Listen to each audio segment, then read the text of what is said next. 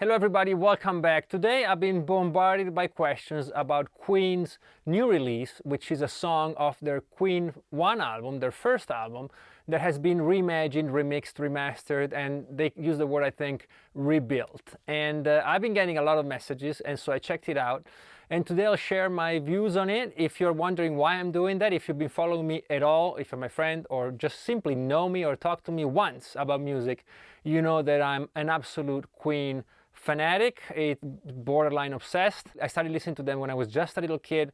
The day Freddie Mercury died was the watershed moment in my life when I decided to become a musician. Broke my heart, and I've been listening to them since I was like 6 or 7 through, family, and my older brother had a couple of albums.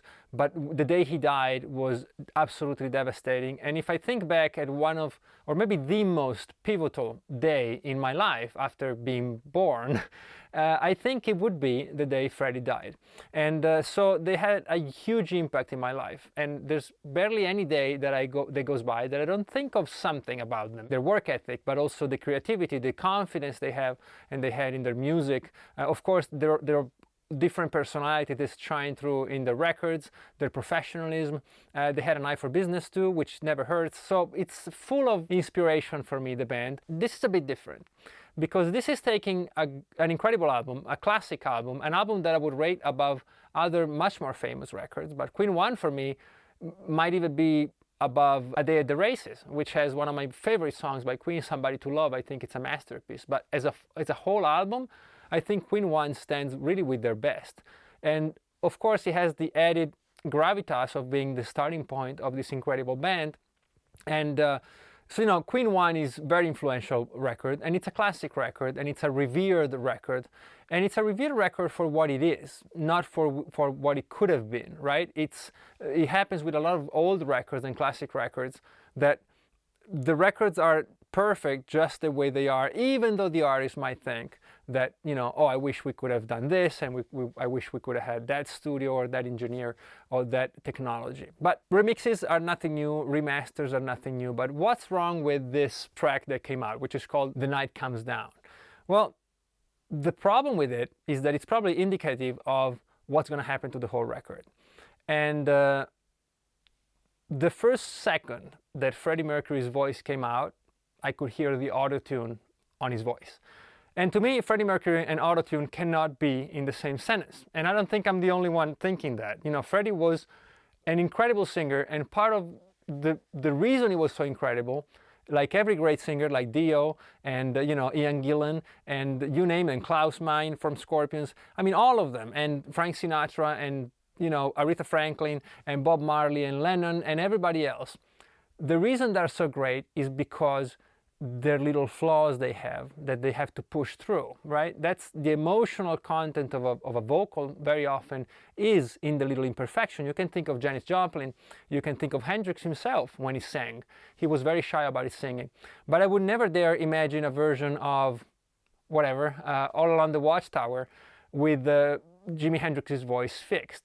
Now, if you think that this is Freddie Mercury, which is basically the Hendrix of vocals, it's even more egregious to me of a mistake to try and fix something that was already perfect. And you can listen for yourself. You can open the regular version of The Night Comes Down, and you can open the new version, and you'll notice right away that it's auto-tuned basically throughout. It's an expert way of auto-tuning. It's a discreet way of doing it, but it's there, and it's obvious.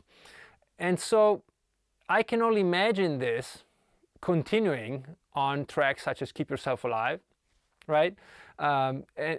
Great King Rat. I mean, I can't even imagine the whole record being subjected to this kind of stuff. The different sound, I guess that's what a remix is for. So if they wanted a liver sound for the drums, if Brian May wasn't maybe too happy with this guitar, I don't know, that's just a remix to me. The fact that I suspect very strongly that the drums were replaced or at least enhanced with samples, basically using today's technology 50 years later, from when the album comes out, to me would be a mistake. Just something that I wouldn't, subscribe to if as a fan. But Freddie's voice being auto-tuned, I think, is the most egregious thing, because I think these old bands with these classic records, they are our last defense. They are the last bastions against this completely dehumanized music that we're exposed to more and more.